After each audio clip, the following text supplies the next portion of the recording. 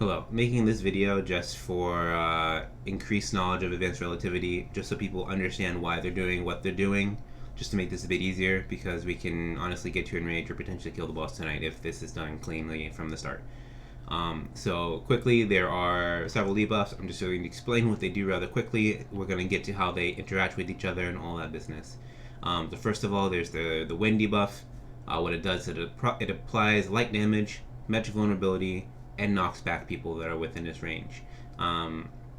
In each intermediate relativity, we put them out at the edges to make sure no one gets knocked back. And here, we both put them out of range of people so they don't get knocked back. And when we're at the north-south from the yellow line, we use them to knock other people back into the water mechanic. The water mechanic is a light party soak. You need to split the damage. I take like 330k damage from it when no one else is soaking it, so you need all 8 people to soak it. The gaze debuff is obvious, when it expires, if you're facing towards the gaze, you're gonna get doomed and die. And then the fire debuff is just an AoE around the player.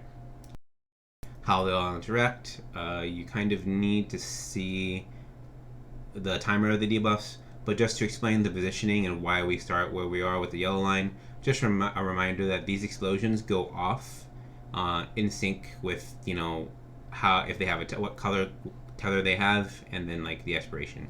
So this first explosion is going to happen with the yellow line, and as you see it on this diagram, it's going to be in the size of these circles, which is why our final positions are outside of the circle, being here, here, respectively, and then here and here for the fire debuffs. Just so you know why you're moving there for the last one. The second one that goes off is the untethered one, which is why we're in this quadrant here for both sides. And then this quadrant is also safe for the last explosion. That just kind of explains why we're positioned the way we are, so that makes a bit more sense. Anyways, to show the order of abilities, we're just going to go into a couple clips. The first clip being an advanced relativity where I have gaze. The Muro stuff, I don't see. So as you pause right here, maybe not when it's light and light, you can look at the duration of the debuffs. You see when you have gaze, you have your first checkpoint is also at the same time as the party soak. This is why we are stacked up. Mine is in between C and whatever.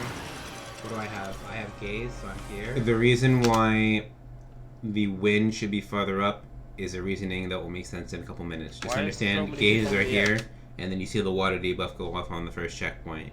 And so instead of everyone dying, we take about half our health. I have wind. Only one person should have been. This is where you are going to the right first if you have gaze, to drop your checkpoint for the gaze. And then this is the last one. Water. That wind is outside of everyone's range, and you're not going to get hit by the explosion that's going to happen right next to you.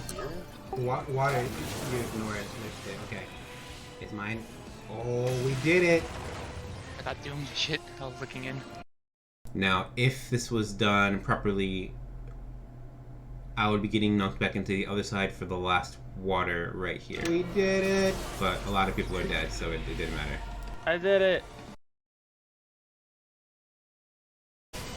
Looking at double wind, you can now see that the water timer is much longer than the first water timer. Also to note here, Alidra and I are about to go to the same spot. Dancers and healers, it's your job to look at your counterpart. So in the dancers' cases, the caster DPS, and the healers' case, the tanks, to see if you have the same, when you have wins, if you have the same set of debuffs. If you do, you're gonna have to go to the other side.